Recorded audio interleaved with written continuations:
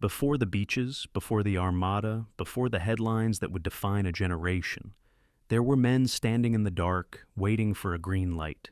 In the early hours of June 6, 1944, the war over Normandy began not on the sand, but in the sky. Inside transport aircraft vibrating over the English Channel, paratroopers of the 82nd Airborne Division stood shoulder to shoulder under red lights.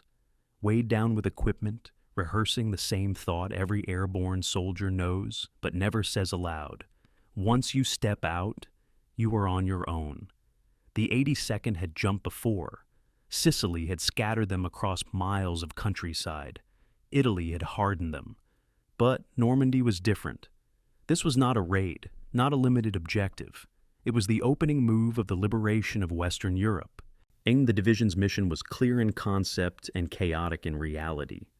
Drop behind enemy lines, seize key bridges and roadways, block German reinforcements, and hold long enough for the invasion on the beaches to survive.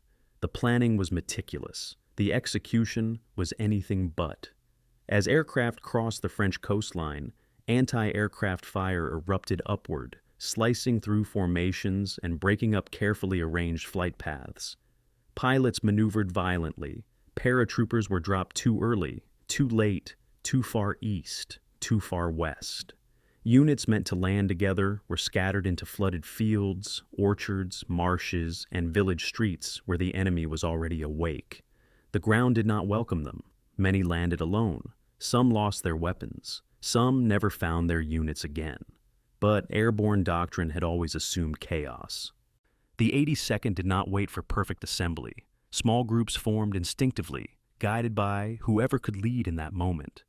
Objectives were pursued not by organized battalions, but by handfuls of determined men moving toward gunfire, toward crossroads, toward bridges that had to be taken or destroyed. The town of Sainte-Mère-Église became one of the division's earliest and most symbolic objectives. Fighting erupted in the streets before dawn, paratroopers clearing buildings one by one. By sunrise, the town was in American hands, one of the first liberated communities in France. Yet, victory there did not mean safety. German counterattacks began forming almost immediately. Bridges over the Meurthe River were critical. Without them, the western flank of the invasion would remain vulnerable. The 82nd fought bitterly to secure crossings under constant threat of isolation. Units held ground while cut off. Ammunition ran low. Communications were unreliable. What mattered was not holding perfectly aligned positions.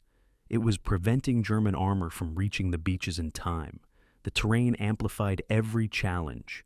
Normandy's hedgerows turned fields into enclosed battle spaces.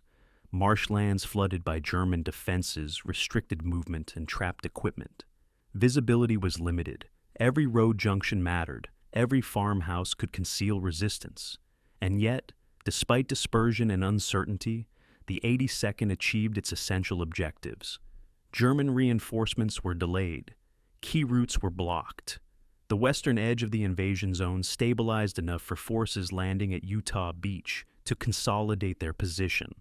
And what began in fragmentation slowly formed into structure.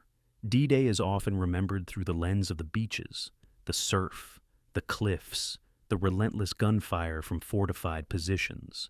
But without the airborne divisions, including the 82nd, the landings might have faced far greater pressure from organized counterattacks. The 82nd's role was not to be seen. It was to disrupt, confuse, and hold long enough for something larger to take root. Their success was not clean, it was improvised, it was costly, it was earned through small unit decisions made without guidance from higher command. The history of the 82nd Airborne on D-Day is not a story of flawless coordination. It is a story of adaptability under fracture, of men scattered across hostile terrain who understood that waiting for order was less important than acting with purpose. It is the story of a division that entered France in pieces and still managed to shape the outcome of the largest amphibious invasion in history. They did not land together, but they fought as if they had. This is the history of the 82nd Airborne on D-Day, the soldiers who fell into darkness and helped secure the dawn.